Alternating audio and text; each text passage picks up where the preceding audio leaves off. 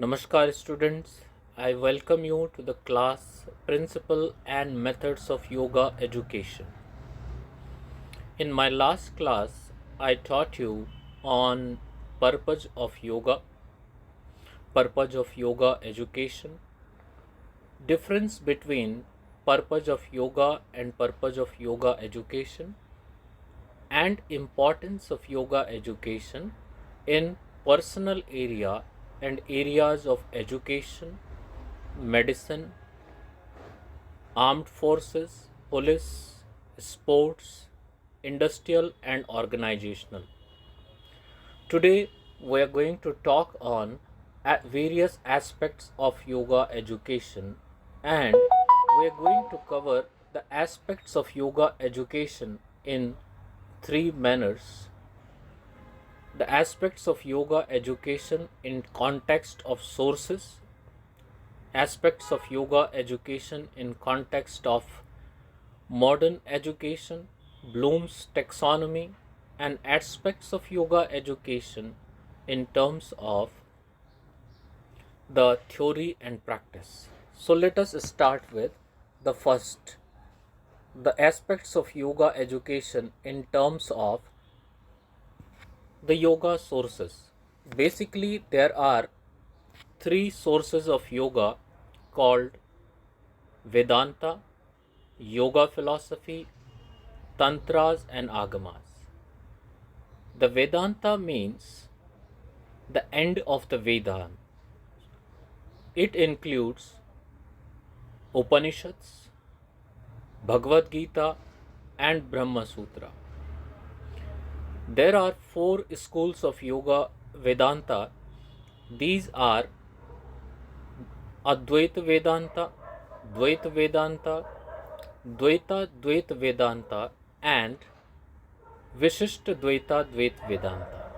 So from the Vedanta comes four aspects of yoga. The first one is Bhakti Yoga, second one is Jnana Yoga, third one is Karma Yoga, and the fourth one is Dhyana Yoga. From the yoga philosophy, which is also known as Patanjali Yoga Sutra, from this source originates three aspects of yoga. The first one is for the higher category practitioner. It is Abhyas and Vairagya. The second one is for the middle category practitioners, which is Kriya Yoga, includes Tapa, Swadhyaya, and Ishwar Pranidhan. The third is the for the third category practitioner, it is Ashtanga Yoga, which includes Yama, Niyama, Asana, Pranayam, Pratyahar, Dharana, Dhyan, and Samadhi. The third source of yoga education is Tantra and Agamas, and the aspects of yoga includes Hatha Yoga, Kundalini Yoga, Lay Yoga or Nad Yoga, Swar Yoga, Mantra Yoga, and Yantra Yoga. In terms of the Bloom's taxonomy, there are three aspects of yoga called affective side, cognitive, and behavioral aspects. The affect aspect of yoga includes three components. Acharas means the right conducts, which includes Yama, the social conducts, and Niyama, the personal conducts. The second component is Chitta Prasadan, which includes inculcating and developing attitude of Maitri, friendliness, Karuna, kindness, Mudita, civilized and etiquetted manner. Upeksha is neglecting what you can't change. The third component is Bhava, which includes 9 attitudes, and 2 of them are Vairagya, detachment, and Aishwarya Bhava, is the attitude of divinity within. The second component aspect of yoga education is cognitive aspect. It includes sravana, means the ways of learning, and it includes, in today's context, sravana means to L, learn, listen about it, and look at it. Second is A means ask question, and third one is read. So, Sravana means whatever you want to learn, these are the this is the formula.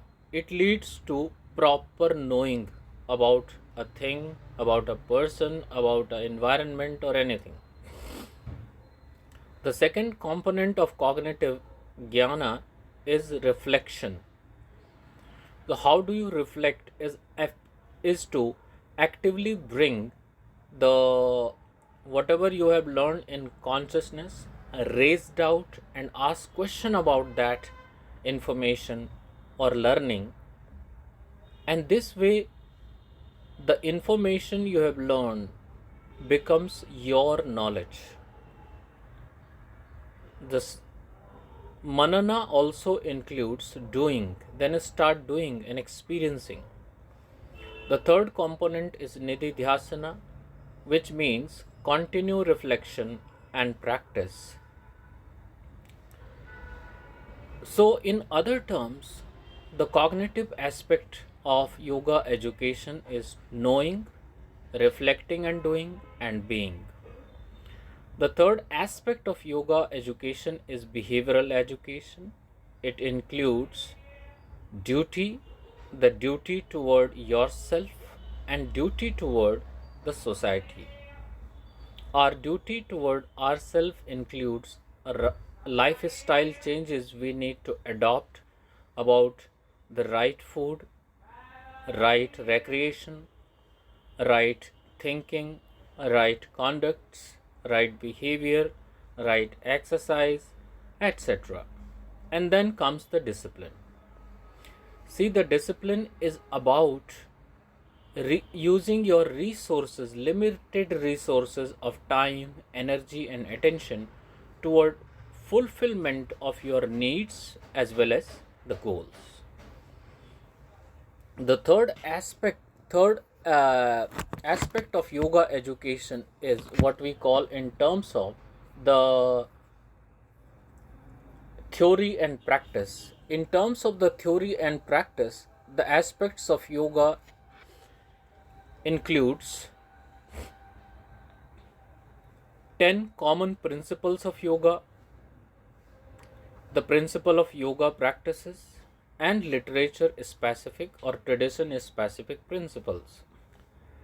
The theoretical aspects of yoga in the 10 common principles, it includes right food, right recreation, right thinking, right conduct, right behavior, right exercise, right breathing, right relaxation and sleep, right needs and goals, and right meditation.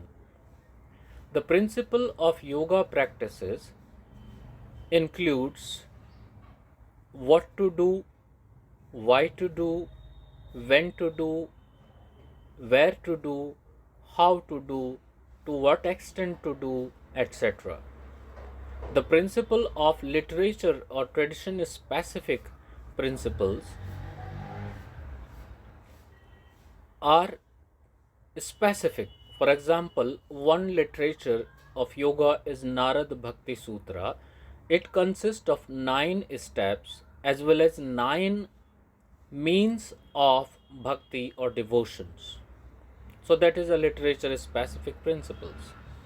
About the tradition, there is a Kriya Yoga tradition developed by Swami Paramhansa Nanda, which includes 7 steps of Kriya Yoga, and they have a principle, inclusive principles about the diet, about the meditation practices of 7 levels, lifestyle changes, etc. Then comes the aspects of yoga education in the practices. There are common practices of yoga or methods of yoga which most people can do. And the first one is Sukshma Vyayama, second one is the Sthula Vyayama, third is Asana, fourth is Pranayam, fifth is Pratyahar, sixth is Dharana, seventh is Dhyan, and mantras chanting is also become common. So that's all for the day. Thank you for listening this video. I hope you are able to grab the gist of it. Thank you.